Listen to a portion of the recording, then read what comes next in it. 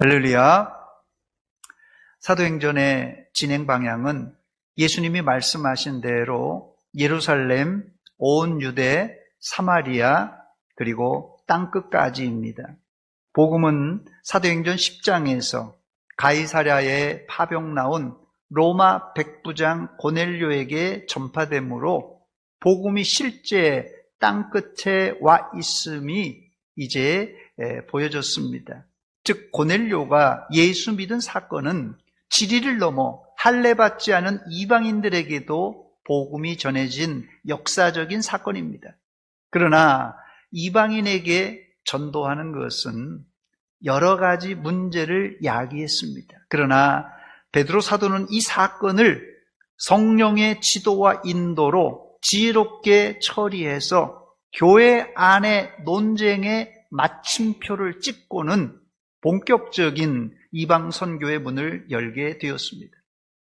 더 나아가 이 사건은 이스라엘에게 아브라함과 이삭과 야곱의 자손이라는 선민 의식을 내려놓게 하였고, 동시에 이방인을 예수 그리스도 안에서 한 형제 자매로 받아들이는 기회가 되었습니다.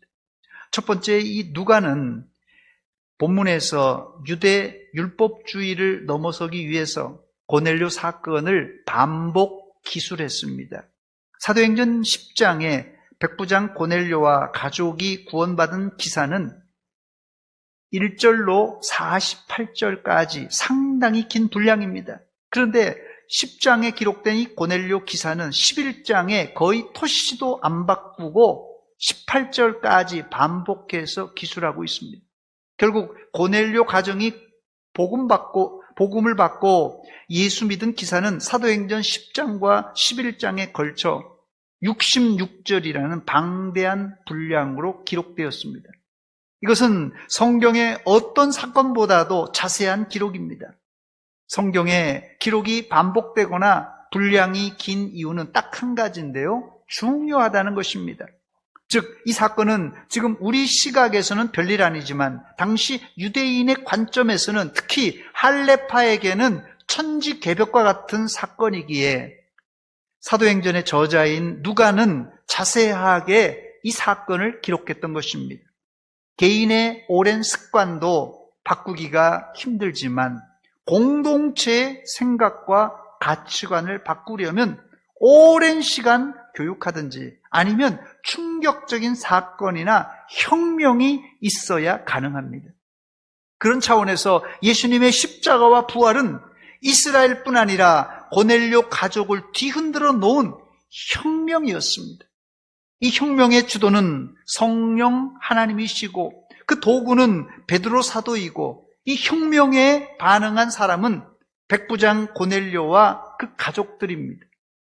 하나님의 복음의 역사는 세 가지가 일치해야 일어났는데, 첫째는 모든 주도권을 가지신 성령 하나님의 역사가 있어야 되고, 두 번째는 예수 그리스도의 십자가와 부활 복음을 전하는 전파자가 있어야 가능하고, 마지막 세 번째는 그 복음을 들고 전할 때 아멘하고 받아들이는 복음의 수용자가 있어야 합니다. 이제 시대론적으로는 말세에 우리가 살고 있고, 지리적으로는 이제 우리 서 있는 자리가 땅끝입니다. 오늘 시대론적으로는 말세고 지리론적으로는 땅끝에 사는 여러분들은 성령의 충만을 받아 여러분들이 품은 VIP에게 복음을 전하여 VIP들이 주께 돌아오는 전도의 열매를 많이 맺으시기를 축원합니다. 그러나 아이러니하게도 이 복음 전파의 최대 걸림돌이 누군지 아십니까? 바로 복음을 전하는 베드로 사도 자신이었어요. 그가 가진 유대주의적 세계관은 이방인과 교제하는 것이 금지되어 있었습니다. 그래서 하나님은 베드로 사도가 기도할 때 부정한 동물로 가득 찬 이 보자기 환상을 3차례나 보여주셨습니다. 이 환상으로 하나님은 베드로의 생각을 바꾸어 주셨고, 이로써 베드로 사도는 로마 군인 백부장 고넬료의 집에 가서 복음을 전할 수가 있었습니다. 다행히 여기까지는 성령의 인도 따라 은혜 중에 진행이 잘 되었습니다. 그러나 그 이후 문제가 발생했는데, 교회 부흥엔 항상 호사다마라고 좋은 일 이후에는 사탄이 역사합니다. 두 번째, 로마 백부장 고넬료가 세례받음은 할례파로부터 곧바로 비난거리가 되었습니다. 발없는 소문이 천리를 간다고 가이사랴 백부장 고넬료가 베드로 사도에게 세례받았다는 소문은 급속하게 퍼져나갔습니다. NIV 영어 성경에 보니까 이 곧이라는 뜻의 soon이라는 단어가 기록되어 있는데, 이 말은 소문이 얼마나 빠른지 베드로 사도가 가이사랴에서 예루살렘에 돌아오기 전에 이미 예루살렘 교회 안에 이 소문이 파다하게 전파된 상태입니다. 원래 나쁜 소문, 충격적인 소문은 좋은 소문에 비해서 4배나 빨리 전파 속도가 빠르다고 합니다. 본문 1절 말씀입니다. 유대에 있는 사도들과 형제들이 이방인들도 하나님의 말씀을 받았다 함을 들었더니 했어요. 지금 우리가 생각할 때 베드로 사도가 로마 백부장을 전도했으니 잘했다고 칭찬해 주어야 할 텐데, 당시 분위기는 아주 싸늘했습니다. 그 이유는 이제까지 누구도 이방인에게 복음을 전해준 사례가 없었기 때문입니다. 1895년 조선 말기에 단발령이 내려졌습니다. 단발령은 성인 남자의 상투를 자르고 서양식 머리를 하라는 칙령입니다. 그런데 우리 조상님들은 상투를 목숨과 같이 여겨서 크게 반발했습니다. 어떤 사람은 머리털을 자르느니 내 목을 자르라고 할 정도였어요. 그렇다면 왜 우리 조상님들은 상투 자르는 것을 목숨과 같이 여겼을까요? 그 이유는 효경에 우리 몸에 난 털럭 하나도 부모님께 물려받은 신체의 일부라고 가르쳤기 때문에 그렇습니다. 그 유명한 신체 발부 수지 부모라, 불감회상 효지시하라 라는 말입니다. 이 말의 뜻은 신체와 머리털 그리고 피부는 모두 부모님으로부터 받은 것이니 그 어느 것도 상처를 입히지 않는 것이 효도의 첫걸음이란 뜻입니다. 유교 사상에 철저했던 우리 조상님들에게 효도의 첫걸음을 자르라고 했으니 반발할 수밖에 없었습니다. 그런데 지금 아무도 상투를 틀거나 또 이발소, 미용실에 가는 것을 거부하는 사람은 단 한 사람도 없습니다. 그러나 이런 일은 조선 말기 우리나라에서만 일어난 일이 아니라 2000년 전 예루살렘 초대교회에도 발생했습니다. 당시 유대인들은 모두 할례를 받은 상태였기 때문에 이방인이 예수 믿으려면 당연히 할례도 받아야 한다고 생각했습니다. 유대인들에게 할례란 우리나라 조상님들이 상투를 자르라는 관습보다 훨씬 더 강력한 법입니다. 그러니 베드로 사도가 할례 없이 이방 고넬료와 가족들에게 세례를 준 것은 초대교회 할례파에게는 이해할 수 없는 일이었어요. 결국 이들은 베드로를 거세게 비난했습니다. 본문 2절 말씀입니다. 베드로가 예루살렘에 올라갔을 때 할례자들이 비난하여 그런데 예루살렘 형제들이 베드로를 비난한 직접적인 원인은 본문 3절에 기록되어 있는데 3절에 보니까 베드로 사도가 이방인 집에 들어가 함께 음식을 먹었다는 이유입니다. 본문 3절입니다. 이르되 내가 무할례자의 집에 들어가 함께 먹었다 하니. 당시 유대인들은 한 상에서 이방인들과 음식 먹는 게 금지되어 있었습니다. 그런데 베드로 사도는 겁도 없이 이방 고넬료의 집에 가서 음식만 먹은 것이 아니라 잠도 자고 왔어요. 이건 당시 유대인들에게는 있을 수도 없는 일입니다. 그래서 베드로 사도는 이 문제를 반발하는 성도들에게 자세히 상황을 설명해 주었습니다. 본문 4절입니다. 베드로가 그들에게 이 일을 차례로 설명하여, 이 설명은 5절로 18절까지 길게 이어집니다. 이 설명의 핵심은 자기가 보았던 보자기 환상, 3차례나 하늘로부터 내려왔던 부정한 음식, 동물로 가득 찬 이 보자기 환상을 보고 3번씩이나 잡아먹어라, 잡아먹어라, 잡아먹어라.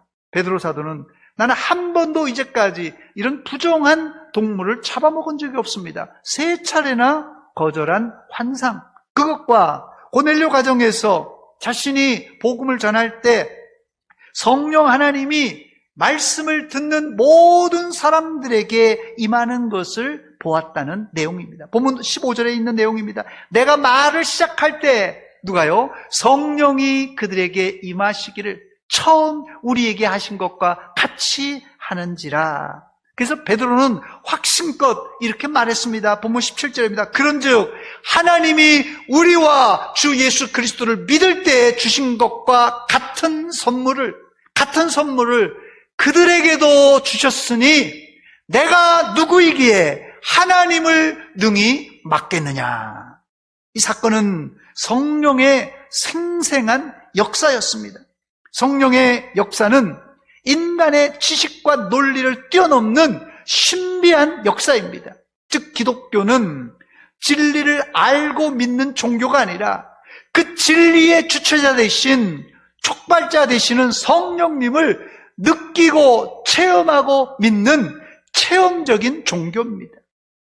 세 번째, 결국 예루살렘 교회 안에 사도들과 형제들이 베드로의 설명을 듣고 잠잠하여 하나님께 영광을 돌렸습니다. 본문 18절에 나오는 내용입니다. 그들이 이 말을 듣고 잠잠하여 하나님께 영광을 돌려 이르되 그러면 하나님께서 이방인에게도 생명 얻는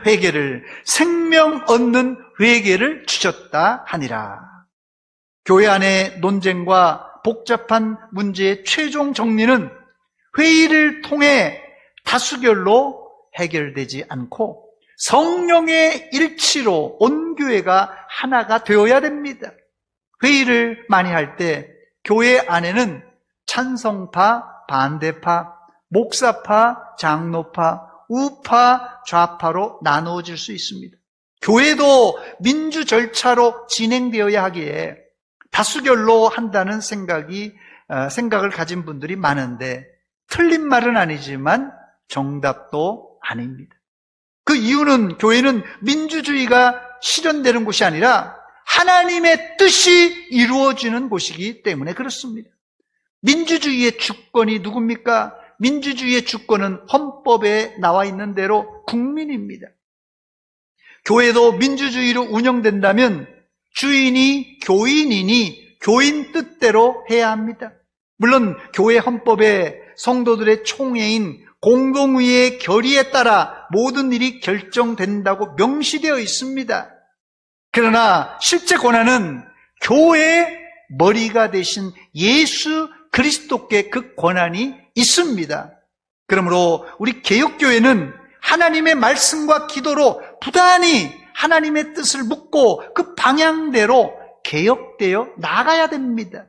그 이유는 국민도 아니 성도도 부패하기 때문에 그렇습니다. 여러분, 독일 히틀러가 선거에서 받은 지지율이 얼마인 줄 아십니까? 독일 히틀러가 선거에서 받은 지지율이 95%입니다. 당시 95%의 지지율을 보낸 독일 국민은 단체로 미쳐서 괴물을 지지한 것입니다. 예루살렘 교회 할례파들도 단체로 베드로 사도를 비난했습니다. 그래도 다행인 것은 이들은 성령의 인도받은 베드로의 보고를 듣고 잠잠하여 하나님께 영광을 돌렸습니다. 이게 바로 제대로 된 교회입니다. 은혜로운 교회라고 왜 할 말이 없겠습니까? 그러나 성령의 역사와 하나님 말씀 앞에 잠잠할 때 온 교회가 성령으로 하나가 되어 하나님께 영광 돌리는 건강한 교회가 되는 것입니다. 결국 예루살렘 교회의 최종 결론은 무엇입니까? 처음엔 다들 반대했지만 성령께서 역사하셨다고 하니까 하나님께서 이방인에게도 생명 얻는 회개를 주셨도다. 이게 결론입니다. 교회가 서로 의견이 갈라지고 싸우기 시작하면 오겠다는 새신자도 다른 곳으로 가버립니다. 그러므로 악의가 없는 의견이라도 회의 땐 말을 절제해야만 합니다. 제가 종종 우리 아이들에게 받는 질문이 있는데, 지금은 덜합니다만은 우리 아이들이 어렸을 때 저와 제 아내가 자녀 교육 문제 때문에 또 가정의 대소사로 의견이 다를 때 우리 아이들이요, 눈치가 빠릅니다. 금방 눈치채고는 아빠, 엄마 왜 싸워? 이렇게 질문합니다. 우리는 의견이 달라서 의견을 서로 조율하는 중인데 아이들 눈에는 부부싸움하는 것으로 보는 것입니다. 그래서 가정에서는 아이들 보는데 부부가 이야기를 잘해야 됩니다. 교회에서는 새신자와 믿음이 연약한 사람들이 보는 데서는 우리 중직자들이 대화를 조심해야 됩니다. 오늘 본문의 요지는 할례받지 않은 이방인이 예수 믿고 교회 안에 들어오는 문제는 고넬료 사건으로 공식적으로 일단락되었습니다. 그러나 이 사건은요, 여기서 끝나지 않았습니다. 공식적으로 끝난 사건이지만 초대교회 성도들의 이 마음 안에는 여전히 이방인들에 대한 배타적인 시각이 남아 있었습니다. 그 대표적인 사례가 갈라디아서 2장에 나오는 두 가지 사건입니다. 첫 번째 사건은 바울 사도가 회심한 후 3년 후에 예루살렘에 올라가 사도들과 친교의 대화를 나눈 후에, 그리고 두 번째 14년 후에 다시 예루살렘에 올라갔는데, 그때 바울은 바나바와 디도라는 제자와 함께 올라갑니다. 갈라디아서 2장 1절 말씀입니다. 14년 후에 내가 바나바와 함께 디도를 데리고 다시 예루살렘에 올라갔나니. 이때는 고넬료 사건이 일어난 지 10년도 더 지난 후입니다. 그런데 이때도 할례가 예루살렘 교회에서는 여전히 논쟁거리였어요. 디도는 헬라인으로 당연히 할례를 받지 않은 사역자였어요. 그런데 예루살렘 교회 할례파들은 디도에게 할례를 받아야 한다고 압력을 가했습니다. 이때 바울 사도는 끝까지 디도가 할례 받는 것에 동의하지 않았습니다. 갈라디아서 2장 3절입니다. 그러나 나와 함께 있는 헬라인 디도까지도 억지로 할례를 받게 하지 아니하였으니, 받지 않게 했다는 것이에요. 그러므로 초대교회 성도들에게 시간이 흘렀지만 할례는 여전히 넘기 어려운 산이었어요. 또 한 가지는 유대인들이 이방인과 식사하는 문제입니다. 수리아 안디옥 교회에서 일어난 일입니다. 베드로 사도가 안디옥 교회에서 이방 성도들과 함께 식사를 하고 있던 중에 예루살렘 교회에서 이 예루살렘 지도자였던 야고보 사도가 보낸 사람들이 오자 슬그머니 식사 자리에서 물러나 자신은 이방인들과 식사 안 한 척 시치미를 뗐습니다. 그때 거기서 함께 식사하던 바나바도 안 먹은 척 외식한 일이 있었습니다. 이 장면을 목격한 바울 사도는 대선배인 베드로 사도의 면전에서 책망했습니다. 갈라디아서 2장 11절로 13절입니다. 게바가 이 베드로 사도입니다. 게바가 안디옥에 이르렀을 때 책망받을 일이 있기로 내가 그를 대면하여 책망하였노라. 야고보에게서 온 어떤 이들이 이르기 전에 게바가 이방인과 함께 먹다가 그들이 오매 그가 할례자들을 두려워하여 떠나 물러가매 남은 유대인들도 그와 같이 외식함으로 바나바도 그들의 외식에 유혹되었느니라 그랬어요. 저는 이 시간 베드로가 실수한 것을 말하려고 하는 것이 아닙니다. 단지 자신이 로마 백부장 고넬료의 집에서 식사하고 교제를 나눈 지 10년이 넘었는데도 이방인과 식사하는 것이 눈치 보이는 부자연스러운 일이라는 것을 말씀드리는 것입니다. 이것은 베드로 개인의 문제가 아니라 당시 예수 믿는 모든 초대교회 성도들이 넘어야 될 장벽이었어요. 예를 들면 우리 교회가 장로교 합동측 교회니까 모든 합동측 교회가 우리 교회와 같다고 생각해서는 안 됩니다. 그 이유는 우리 교회는 대한민국 대전시라는 지역에 둘러싸여 있기에 다른 지역의 합동측 교회와는 문화와 분위기가 다를 수 있습니다. 물론 같은 하나님을 믿고 같은 성경, 같은 헌법을 가지고 있는 게 사실이지만 문화와 분위기가 다를 수 있다는 말입니다. 아니, 다른 게 정상입니다, 여러분. 이것은 마치 결혼한 부부가 시댁의 분위기와 문화가 친정과 다른 것 같은 이치입니다. 그러므로 우리가 예수 믿지만 이 대한민국이라는 문화와 대전이라는 지역을 넘어서기가 쉽지 않고, 또한 교회마다 한 성경을 가지고 한 성령님이 우리 마음을 감동하여 예수를 믿지만 성령께서 감동해 주실 때 각자에게 이 반응은 다를 수밖에 없습니다. 그러므로 2000년 전에 할례 문제, 이방인과 식사 문제는 우리 시대에도 여전히 넘어야 될 장벽들입니다. 이제 말씀을 맺으며 한 주간 동안 적용할 말씀을 찾아보기를 원합니다. 첫 번째는 회개기도입니다. 구태연한 관습 때문에 나는 성령의 역사를 맡고 있지는 않는가 돌아보시기 바랍니다. 지금 한국 교회는 할례나 음식 문제가 되지는 않습니다. 그러나 아직도 우리 한국 교회에 넘어야 될 산은 유교적인 문화, 수직적인 문화, 군대 문화로 인해서, 아니면 교회의 오랜 전통으로 인해서 정작 성령의 역사를 맡고 있지 않는가 한번 돌아보며 회개하는 시간이 되었으면 좋겠습니다. 두 번째는 베드로와 고넬료는 초대교회의 할례와 이방인과 교제 문제를 기도하면서 성령의 지시로 극복했는데, 우리 시대에 닥친 장벽들도 기도로 성령의 인도로 넘어서는 기회가 되시기 바랍니다. 예를 들어서 아직까지도 우리 시대에도 교회 안에서도 심지어는 많이 없어졌습니다마는 제사 문제 때문에 유교적인 사고나 군대 문화, 율법주의 등등으로 이제 아직도 골머리를 썩이는 가정들이 있습니다. 마지막 세 번째로 교회는 민주주의가 아니라 신본주의인 것을 깨닫고 내 주장보다는 성경과 성령의 뜻에 순종하게 하옵소서. 여러분의 기도의 제목이 되시기 바랍니다. 같이 기도하겠습니다. 이 시간 기도할 때, 하나님, 우리가 예수 믿지만 아직까지도 우리가 넘어서야 될 장벽들이 많습니다. 유교적인, 수직적인 군대 문화와 같은 이런 전통들이 우리 성령께서 우리에게 역사하는 것을 막고 있지 않는가 한번 돌아보며 회개합니다.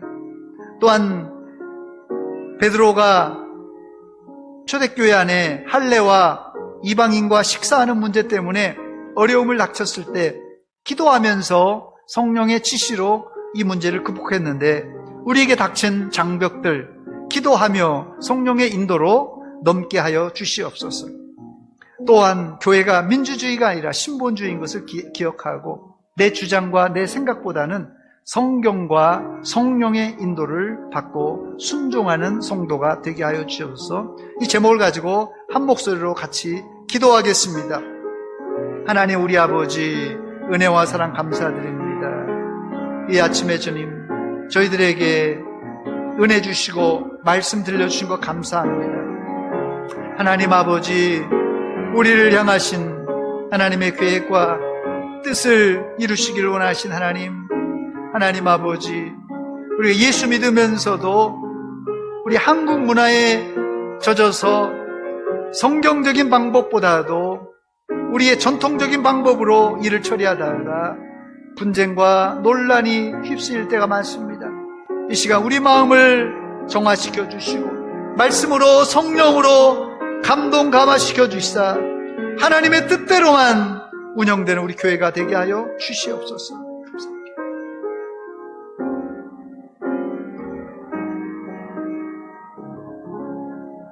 하나님 우리 아버지, 은혜와 사랑 감사드립니다.